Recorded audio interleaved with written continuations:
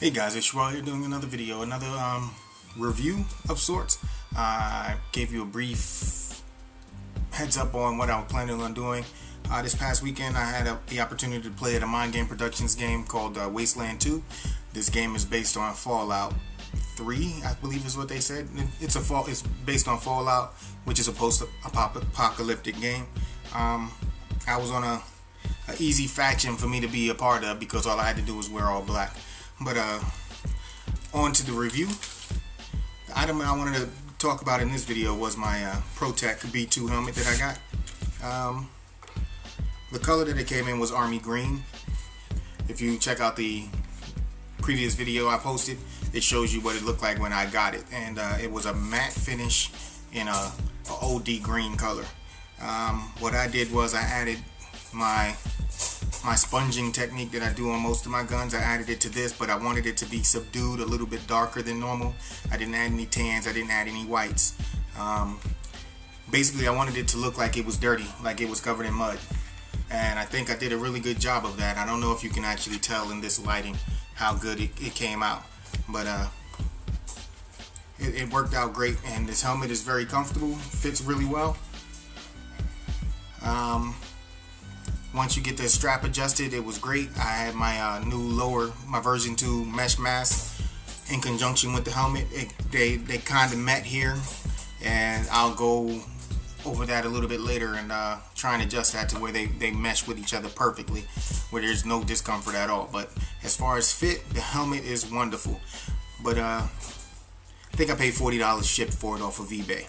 It is the Protec B2. I believe it's a skating helmet, but it fits my needs, so I went with it, and it was the right size. I got an extra large for my extra large cranium.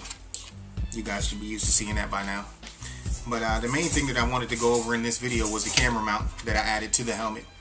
This camera mount is based off the original camera mount that I have a previous video listed for my gun mount. Usually the CCTV camera mount, you know, the swivel portion,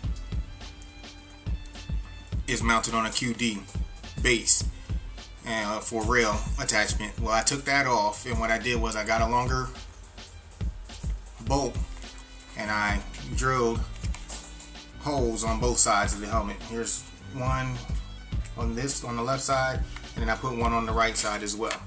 I used the right side this time, but I can easily unscrew it and use it on the left side, depending on what mood I'm in and which side of the head I want to have the camera on, which point of view.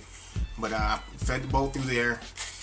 I epoxied a nut inside this CCTV mount so that the bolt would screw in, and I added these washers just to give it a little bit more stability on the helmet, because when I put the bolt in originally without any washers, it seemed really flexible, and I felt that over time and from the weight of the camera it would eventually crack the helmet. So I added some washers just to bring it out a little bit more, some spacers, and with the way I have it set up now, I can still move the whole thing if I need to adjust it slightly, just to bring the camera level.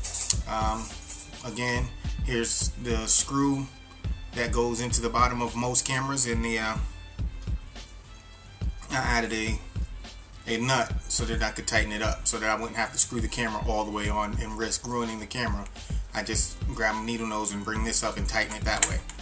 But there's a video from the Mind Game Productions game Wasteland 2 that I posted up, and most of that video was recorded from my Flip HD camera before it broke, mounted on this mount, and it works out to be pretty steady.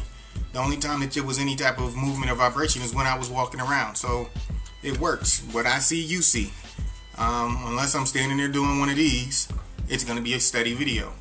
The weight distribution did feel a little off because this mount has a little bit of weight to it, so you do feel it a little bit, not a lot, and then when you add the camera it feels a little bit funny, but you get used to it over time. So it only took me I'd say about a half hour before I didn't even notice the difference in weight on the right side. Here's the QD mount base that I originally had on that mount, and I can use this mount on the rail system of any gun, or if I wanted to add a rail to this helmet instead, I could mount it on the helmet that way to make it so that I can easily take it on and off if I wanted to later. But right now this seems to work great, and As far as the helmet is concerned, the helmet fits great, works great. It fits, it feels good. I also still have enough room if I need to put a hat on under it or anything to cover my head.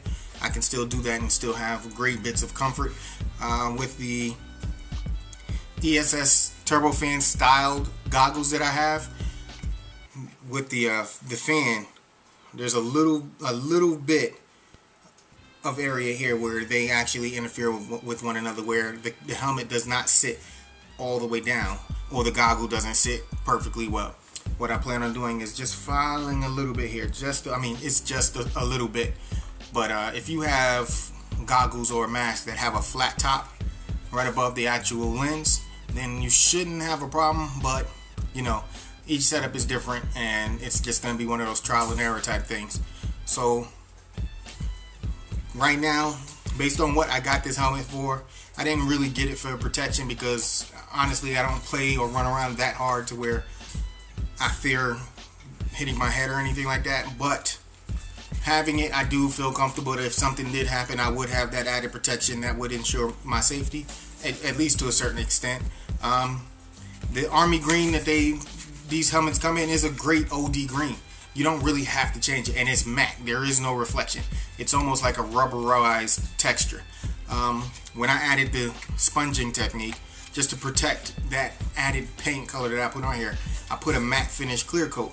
That matte finish clear coat is shinier than what the OD coating is that they put on these helmets originally. So the little glare that you get right now is based on that matte finish clear coat that I added. Prior to this, there was no glare. There was no reflection of light off of this helmet. It absorbed all of the light. It was perfect. So what I'm saying is, if you do get it and you want to keep it OD, leave it that way. Don't add anything to it. There's no need to paint it. If you get the black one with the matte finish, leave it that way. There's no need to paint it.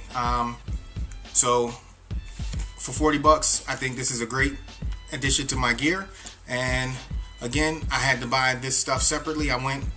We have a local electronics store that has bits and pieces. It's almost like Radio Shack on steroids.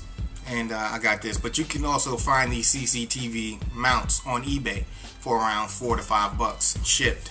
So you could easily get one and make your own mount and go that way. And the reason why I selected this one is because I have tons of adjustability. All I have to do is loosen that bolt, and I can swivel it, and then this also swings up and down, so I can change the mounting position, I can change the angle, I can change almost anything. If my camera ever changes, I can change this to fit whatever camera that I have. So this is just me doing a little homemade job. And honestly, on a scale of 1 to 10, on a scale of hardness of creating something like this, I'd put it at right around a 3.5, maybe 4, depending on how good your imagination is and how much you think outside the box. I made this work for me.